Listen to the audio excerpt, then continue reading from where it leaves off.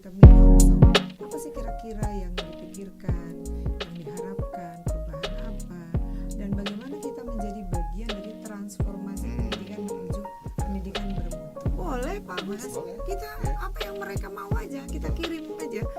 Mau kita dialog, diskusi begini. Dari kita harus belajar, misalnya dari APKS, dari SLCC. Itu kan mereka dulu sama sekali orang yang nggak kenal PGRI, apa sih PGRI gitu kan ya. Tapi dengan kita beri kesempatan anak-anak muda untuk tampil gitu, mereka mencoba untuk menyelami. Assalamualaikum warahmatullahi wabarakatuh. Waalaikumsalam. Salam sejahtera untuk kita semua. Selamat datang di podcast PGRI, ruang inspirasi, refleksi, dan transformasi pendidikan Indonesia. Bahagia sekali hari ini sudah ada tamu istimewa kita, Ibu Ketua Umum PB PGRI, Ibu Profesor Dr. Unifah Rosidi, MPD. Selamat datang Bu di podcast. Terima kasih Pak Agus. Kita Boleh akan nggak mulai saya dipanggil Bu Uni aja? Oh, boleh. Bu Uni ya, saya panggilnya Ibu Uni. Mohon maaf nih. Bu Uni, kita disaksikan mungkin nanti oleh ribuan guru di Indonesia. Kita sapa dulu mereka, jutaan guru Indonesia. Yel-yel kita pagikan dulu supaya semangat. Oke, siap. Oke. Hidup guru. Hidup. Hidup PGRI. Hidup. Solidaritas. Yes. Siapa kita? Indonesia. Di tengah perubahan zaman yang begitu cepat, organisasi profesi guru tidak cukup hanya menjadi tempat berhimpun, tetapi harus mampu menjadi kekuatan perubahan, pusat inovasi, sekaligus rumah besar perjuangan guru Indonesia. Transformasi organisasi bukan sekedar perubahan struktur atau program kerja, tetapi perubahan cara berpikir, cara bergerak, dan cara melayani anggota agar lebih adaptif, profesional, modern, dan relevan dengan tantangan masa depan. Hari ini, kawan-kawan guru semua, kita akan berbincang santai bersama Bu Uni Terima kasih. tentang transformasi organisasi. Bu Uni, banyak orang bicara tentang transformasi organisasi. Tapi dalam pandangan Ibu, sebenarnya apa sih Bu transformasi organisasi itu, dan kenapa PGRI itu harus melakukan transformasi? Pertama selamat dulu ya Pak Agus. Ini keren banget tahu teman-teman. Infokom PB PGRI yang diawaki oleh Pak Agus Ramdhani ini. Agus Rohiman, sorry. Ketukar terus ada dua Agus namanya. Sama-sama R. Sama-sama R. Agus Rohiman ini, dan mengajak serta teman-teman untuk terlibat ya Pak Agus ya. Betul. Jadi bukan hanya kita, tapi teman-teman semua merasakan denyut perubahan di semua daerah. Ya. Jadi ini bukan milik pengurus besar aja kan. Bukan. Narasumbernya berbagai kalangan, bahkan boleh mereka yang ngusulin ya. Boleh. Oke. Nanti dikaji oleh tim redaksi di sini. Teman-teman semua, Pak Agus sendiri sebenarnya udah bilang transformasi ya. Transformasi bukan sekedar perubahan, kata perubahan, tapi cara berpikir, cara bergerak, cara bertindak, ya, menjadikan organisasi yang modern, profesional, bermartabat, dan bukan sekedar rumah perjuangan, bukan semata-mata itu, dan bagaimana menyatukan satu lagi, dan adaptif terhadap perubahan, dan bagaimana menyatukan gerak langkah semua teman-teman itu seperti kekuatan air bah. Sebenarnya saya nggak mau ngomongin secara akademik, teoritik gitu. Yang bisa nyangkut di hati teman-teman aja ya. Oke, itu sih terutama perubahan cara berpikir dalam mengelola organisasi. Mindset ya Bu. Mindset dalam mengelola organisasi. Jadi kita nggak sekedar jadi rumah besar seperti kata Pak Agus, tapi kita menyongsong apa sih kira-kira yang dipikirkan, yang diharapkan, perubahan apa, dan bagaimana kita menjadi bagian dari transformasi pendidikan menuju pendidikan bermutu. Terima kasih Pak Agus. Oke. Baik, Bu Uni, kita lanjutkan nih perbincangan kita, sudah mulai panas sedikit nih. Oke. Perubahan dunia begitu cepat kan Bu ya. Artificial intelligence, digitalisasi, disrupsi pendidikan, itu tidak bisa kita elakkan. Nah, tantangan terbesar apa yang dihadapi PGRI saat ini, Bu? Sebenarnya ada tantangan internal dan eksternal. Oke. Oke. Tapi yang paling utama yang dirasakan, semua sedang mabuk kepayang kepada teknologi. Iya. Ya, jadi semua orang bisa berbicara, semua orang bisa berteriak gitu kan. Padahal di ruang publik itu ada etika. Iya. Apa sih persoalan yang mendasar yang dihadapi kita? Persoalannya perubahan mindset. Betul. Ya. Jadi saya mengajak teman-teman semua untuk bersatu. Karena tanpa ada persatuan nggak mungkin kita akan kuat. Iya. Gitu. Iya. Jadi yang menjadikan perubahan, yang menjadikan elemen perubahan dan berbeda antara PGRI dengan yang lainnya, karena sekarang itu kan dengan kebebasan berpendapat boleh dong banyak sekali hadir ya. Iya. Tetapi ada satu ciri khas yang harus tetap disegarkan, dipupuk gitu, yaitu soliditas dan solidaritas Ya, organisasi. Itu soliditas dan mahal. solidaritas. Ya, Oke. soliditas dan solidaritas itu mahal sekali. Oke. Kalau orang mengatakan ya sekarang kan zamannya keterbukaan, boleh lebih dari 5 orang bertindak sama gitu. Iya. Tetapi mendirikan sesuatu gitu, itu dijamin oleh undang-undang. Betul. Tetapi apakah bisa membangkitkan soliditas dan solidaritas? Di situ perubahan dan perjuangan PGRI harus bernas dan dirasakan oleh anggota di bawah. Dan saya ini kan, mengapa saya nggak suka dipanggil profesor? Karena seolah berjarak dengan para guru Iya. Iya. dan tenaga kependidikan. Saya ingin menjadi bagian dari denyut perubahan mereka. Saya ingin menjadi bagian dari kesusahan mereka untuk bertumbuh. Dan saya ingin menjadi bagian dari mereka untuk merasakan betapa mereka itu nggak mudah hidup di era sekarang, dan mari kita mencari jalan bersama-sama. Dan saya menemui sudah nggak tahu ratusan yang saya kunjungi kabupaten kota, dan saya nggak merasa berjarak dengan para guru, dan saya mendengar sesungguhnya banyak sekali yang telah diperjuangkan oleh PGRI, disukai atau tidak disukai itu biasa aja. Tetapi yang paling utama, kita tidak boleh merasa puas. Betul. Dan kita harus terus memperjuangkan mereka dalam berbagai keadaan, sekaligus juga menjadikan mereka sebagai gerak atau denyut najib perubahan sehingga Indonesia makin maju. Tertarik Bu saya dengan istilah, dari dua istilah, soliditas dan solidaritas. Sebenarnya bagaimana sih kita Bu sebagai anggota PGRI harus memberikan makna yang baik tentang soliditas dan solidaritas ini? Soliditas itu ya solid, artinya merasakan semua denyut perjuangan bersama, dan itu nggak mudah. Dan saya merasakan soliditas itu ada di semua tingkatan, terutama kalau saya pergi ke daerah.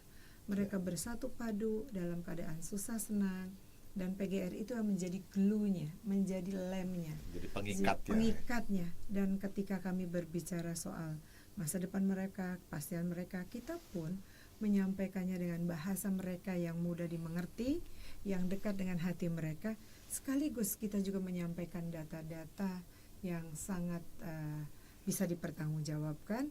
Data itu terus kemudian kita sampaikan, kita teriakan, dan perjuangan itu nyata. Terus di daerah itu juga kita ini mitra strategis. Mitra strategis pemerintah daerah. Saya selalu mengatakan ke Bini, kalau kita mau teriak sendirian tuh bisa aja sih, gampang. Apa sih susahnya teriak? Tapi membangkitkan kebersamaan kebutuhan, dan membangkitkan elan perjuangan bersama, bahwa ini adalah milik kita bersama, itu nggak mudah. Itu buat saya soliditas dan solidaritas. Solider itu kalau misalnya ya, kemarin tuh kan Pak Agus pergi ke Aceh kan, salah satu daerah yang terdampak bencana. Bagaimana para guru itu rela dengan uangnya yang sedikit itu, rela untuk dikumpulkan dan dipersembahkan untuk 3 saudaranya di 3 wilayah yang berbeda. Itu solidaritas. Itu bukti nyata. Bukti nyata. Dan kalau ada teman-teman yang terkena kasus hukum, mereka beramai-ramai, ya. Dan tentunya kami semua di sini terus memperjuangkan. Misalnya ya Pak Agus ya, sekarang ini kita pengen undang-undang perlindungan guru. Nggak apa-apa, nggak diterima oleh yang sedang berkuasa, nggak apa-apa juga. Tetapi kita masih bisa berkomunikasi dengan jalur Polri, kita bisa dengan Jaksa Agung, kita bisa berbicara dengan tidak dengan serta-merta semena-mena, enggak. Tapi kita mengatakan bahwa guru itu perlu kepastian masa depan, perlu perlindungan, ya, perlu ada pengertian dari pihak-pihak terkait dalam ekosistem pendidikan. Dengan begitu dukungan mengalir dan kita itu sebagai pejuang, kalau hari ini enggak tercapai, ya masih yang akan datang. Yang penting jangan sulit. Itulah tidak berhenti berjuang ya Bu ya. Tidak berhenti berjuang. Dan itu adalah makna dari soliditas yang terus terbangun. Kami tidak mundur sejengkal pun kalau menghadapi masalah. Itu untuk cara membangun soliditas. Dan saya punya suatu keyakinan kalau kita solid dan solider, apapun permasalahannya bisa kita lewati. Bisa, alhamdulillah. Cuma saya ini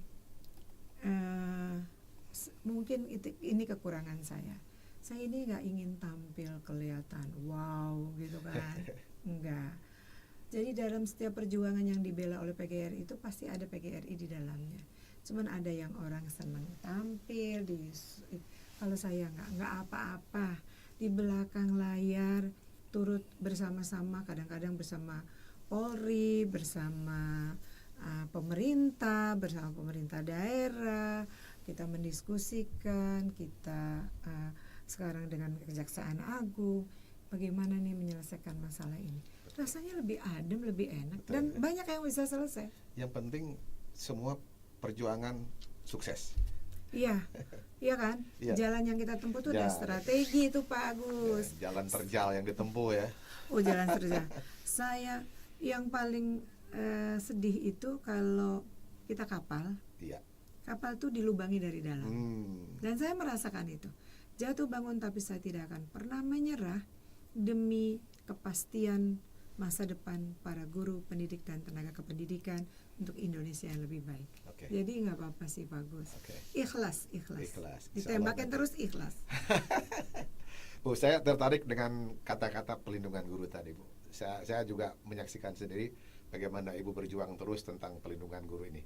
Nah, kita kaitkan dengan transformasi organisasi, Bu. Nah, di tengah kompleksitas persoalan guru hari ini, kan sebenarnya bukan hanya masalah-masalah guru saja ya. Bagaimana transformasi PGRI memperkuat fungsi advokasi dan pelindungan guru? Advokasi itu bukan sekedar kata-kata kita mau membela, tapi in the real practice. Nah, itulah yang ingin sampaikan transformasi kita. Orang merasa hadir di PGRI dilindungi.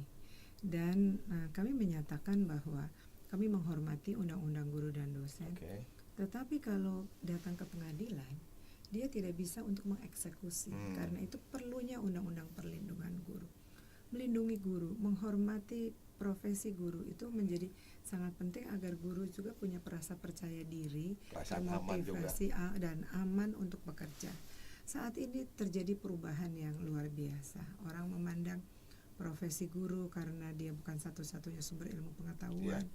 Itu jadi terutama ya ada sebagian oknum, saya mengatakan anak-anak kita, sebagian orang tua yang meremehkan posisi guru. Itu kasus ya. Secara umum mereka sangat hormat.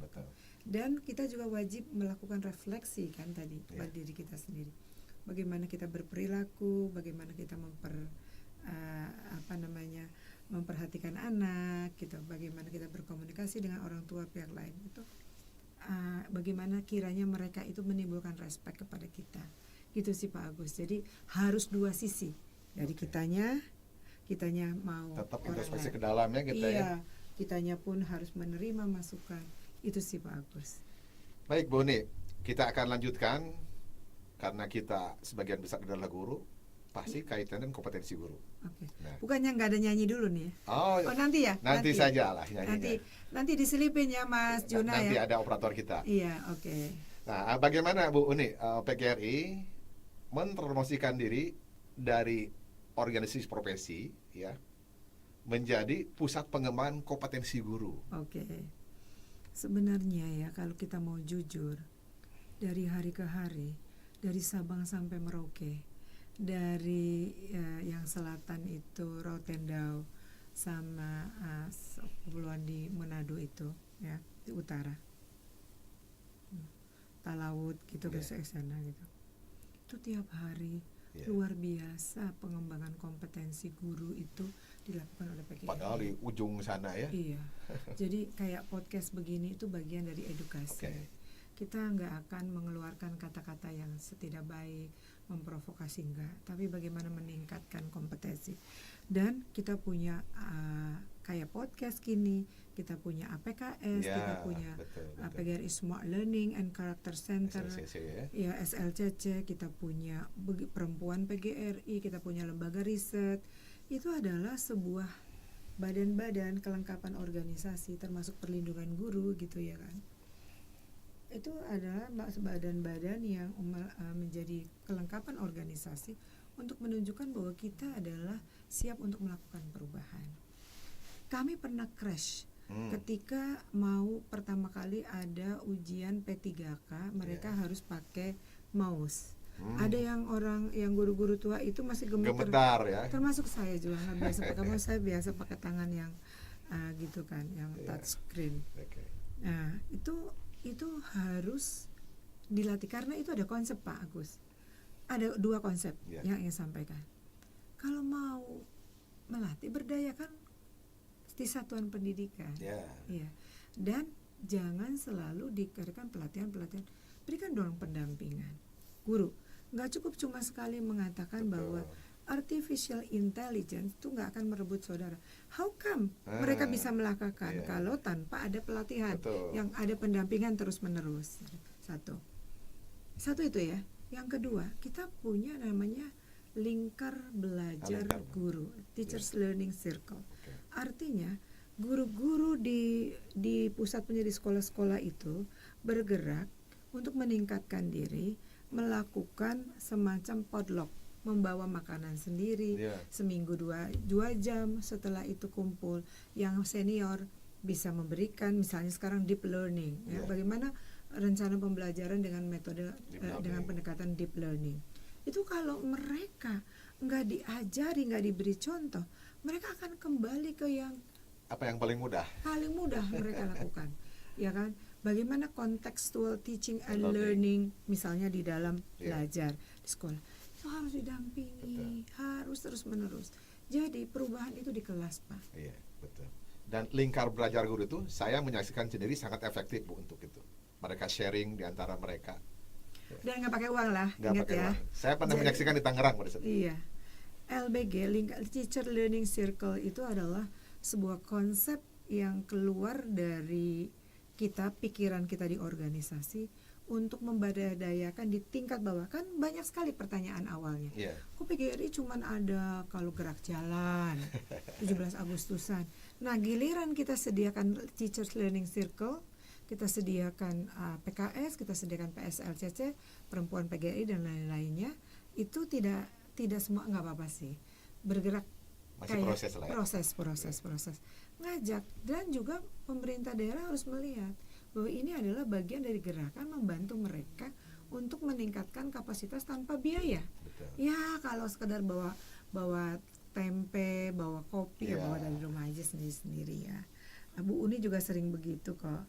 Seperti sekarang Pak Agus, nggak ada loh yang kayak gimana, karena ini adalah panggilan hati nurani kita, bagaimana kita berbagi, mendekatkan diri. Suatu kali kita ngobrol, dialog dengan kabupaten-kabupaten, misalnya dengan Bu Uni, boleh Pak Agus, kita apa yang mereka mau aja, kita kirim aja, mau kita dialog, diskusi begini, dari sana kita begini, ya siap, saya siap. Yang penting itu waktunya, once a while kita bisa berkomunikasi dengan mereka. Betul. Baik, Bu Uni, kita lanjutkan perbincangan kita. Musiknya nanti aja ya Bu ya. Iya siap.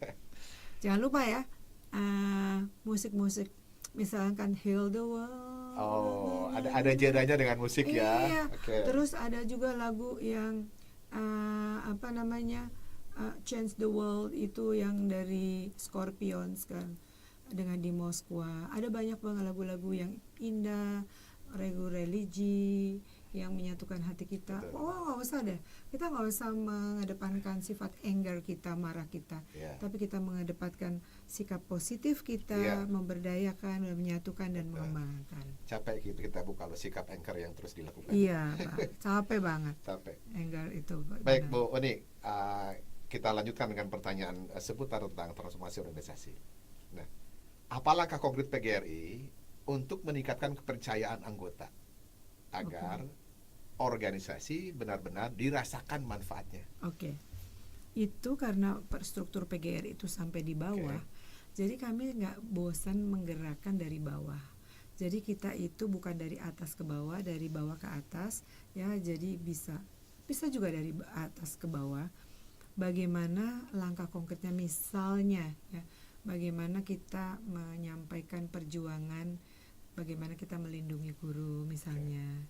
Coba sekarang tuh yang 16 jam dari 18 jam dari 24 itu. Itu berapa lama baru direspon sekarang. Makasih ya Pak Menteri, Pak Muti yang begitu merespon. Tapi begitu diimplementasikan itu nggak mudah Pak Agus. Karena di undang-undang gurunya masih tetap 24 jam mengajar. Jadi mereka takut kena semprit di peraturan keuangan.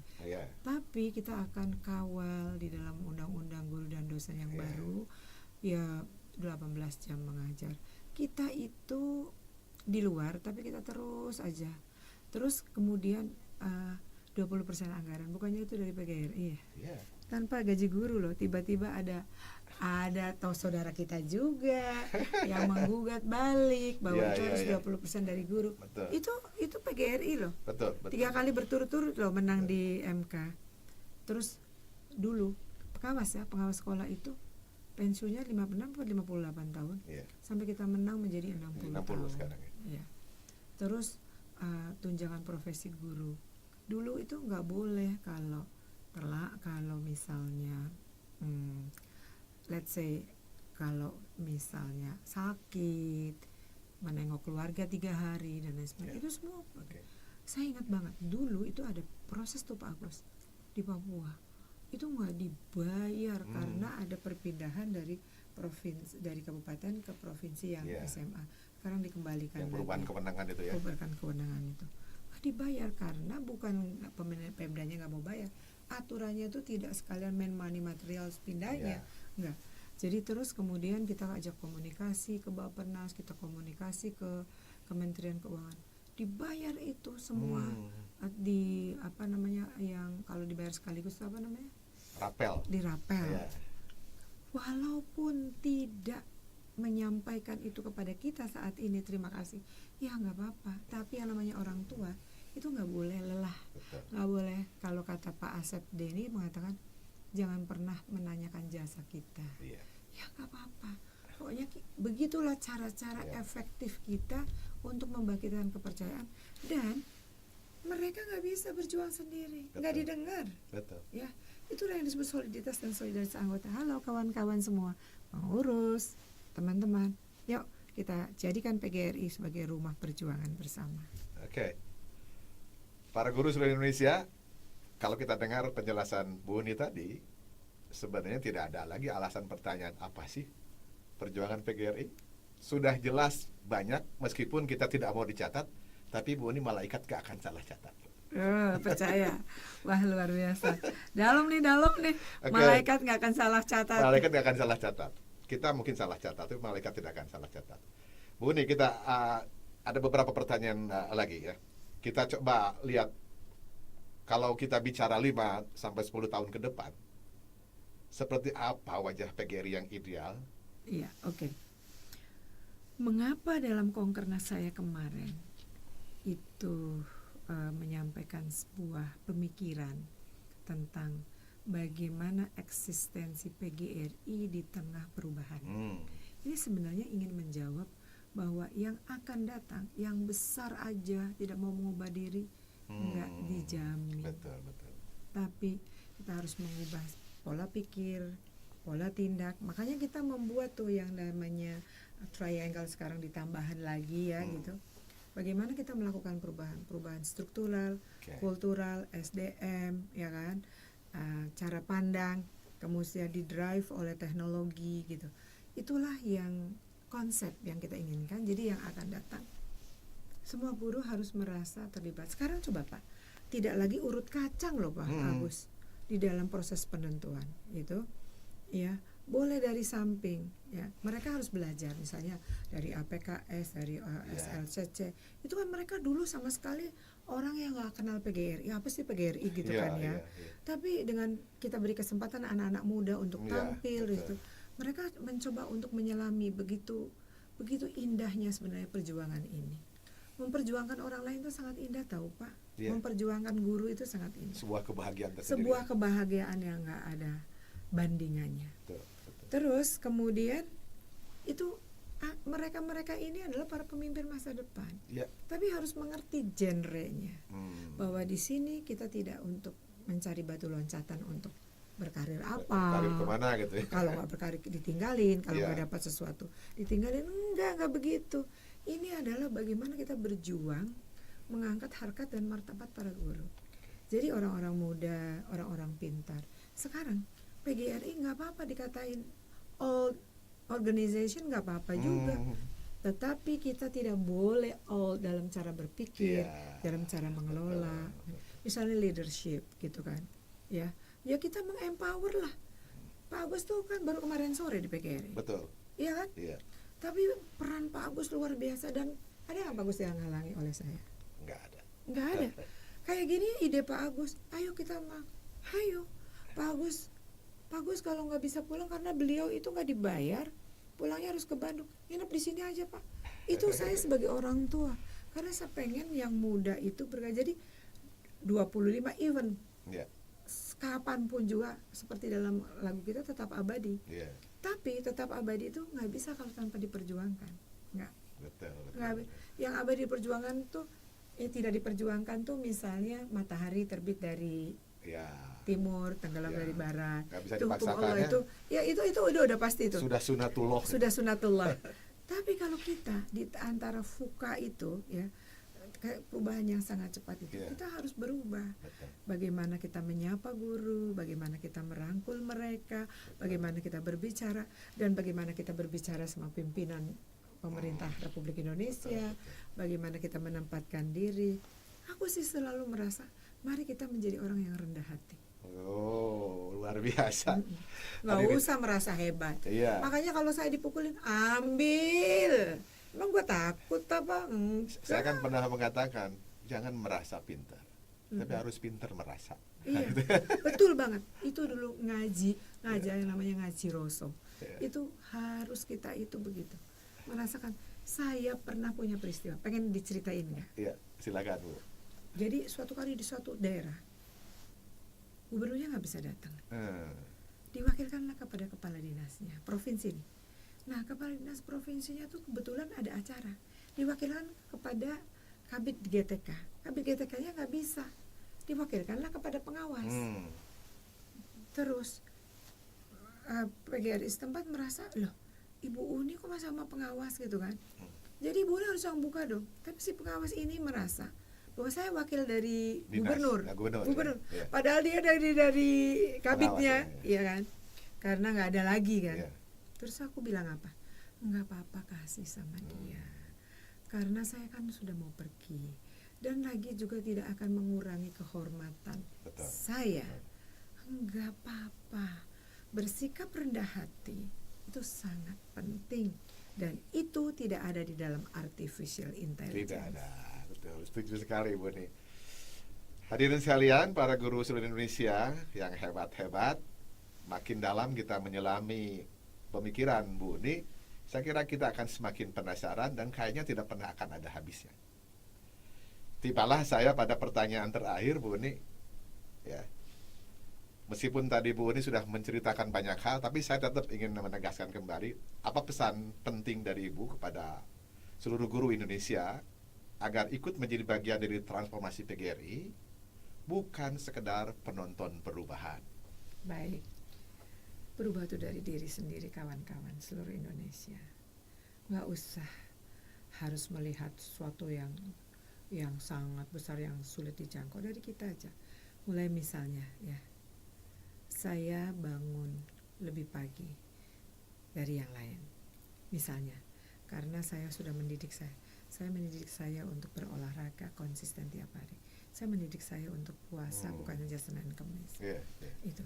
Nah, perubahan itu begitu. Harus dimulai dari diri kita. Kita mau berubah, kita mau bersusah payah, mau belajar sesuatu yang baru, mau berbagi apa yang kita punya kepada orang yang lain, ya, mau memberikan sesuatu yang kelihatannya kecil bagi orang lain, tapi berdampak terasa. Dan ada satu hal lagi yang sedang saya pikirkan betul. Saya pengen banget guru-guru itu punya literasi tentang keuangan, supaya dia mandiri, finansial. Jadi bukan illiterate tapi literate, karena mereka dapat uangnya sangat sedikit, tapi dituntut macam-macam. Nggak apa-apa teman-teman. Kan kalau kita belajar terus menambah ilmu, bukan untuk anak semata, tapi untuk diri kita, untuk value diri kita yang akan semakin meningkat, sehingga orang lain tidak bisa meremehkan diri kita. Saya percaya bahwa teman-teman dengan segala kesulitan itu dapat menenteramkan hati kita untuk selalu bertumbuh. Dan saya juga ingin ajak teman-teman tidak hanya mempunyai satu keterampilannya, ada keterampilan-keterampilan lain. Kalau misalnya kita dapatnya sedikit, mungkin kita bisa membelanja di sekitar kita, membuat ketahanan ekonomi pangan, ya kan? Sehingga uang yang dapat sedikit itu kita bisa dari yang sekitarnya kita. Harus berat memang teman-teman. Di sisi lain kami akan terus memperjuangkan kesejahteraan masa depan teman-teman. Kami tidak akan pernah diam dengan cara kami. Termasuk 1 juta loh dulu. 1 juta guru itu sebenarnya yang sekarang gitu. Yang sekarang mereka, kenapa sih kita cuman P3K gitu? Dulu awal-awalnya kalau nggak ada dilakukan P3K sendiri, mereka nggak akan diperhitungkan karena undang-undangnya seperti itu. Kita berbicara kepada para pimpinan, kemudian dapat tempat. Sekarang udah habis. Kita akan berjuang agar mereka memiliki kepastian masa depan, ASN yang itu. Kita bersiap meningkatkan literasi diri kita, meningkatkan kemampuan kita, meningkatkan usaha-usaha kita. Kita berbicara dengan berbagai komponen, baik nasional maupun internasional. Yang penting nggak marah-marah ya, nggak penting nggak marah-marah Pak. Dengan cara seperti itu, saya percaya kalau ini tembok, retakannya yang saya akan coba tuju. Retakan ini sama seperti ketika di Gua Hiro, di gua mana ya, ketika batu ditetesin air, akhirnya bertahun-tahun airnya jadi bolong itu. Dan saya percaya perjuangan itu bagaikan kerikil, tapi yang pasti kita tidak akan pernah menyerah untuk terus berjuang. Perjuangan tidak henti ya. Tiada henti. Perjuangan dengan hati dan tiada henti. Dengan hati dan tiada. Pak Agus sih pandai banget sih ya merangkai kata, luar biasa. Tiada henti dan dengan hati. Luar biasa. Terima kasih. Para penonton semuanya, tidak terasa kita sudah sampai pada penghujung acara podcast kita pada hari ini. Seperti yang saya sampaikan tadi, makin dalam kita menyelami pikiran Ibu Tum, Ibu Uni, maka semakin banyak manfaat yang bisa kita dapatkan. Terima kasih. Acara kita pada hari ini, kita akan kembali bertemu pada podcast yang akan datang. Assalamualaikum warahmatullahi wabarakatuh. Waalaikumsalam warahmatullahi wabarakatuh.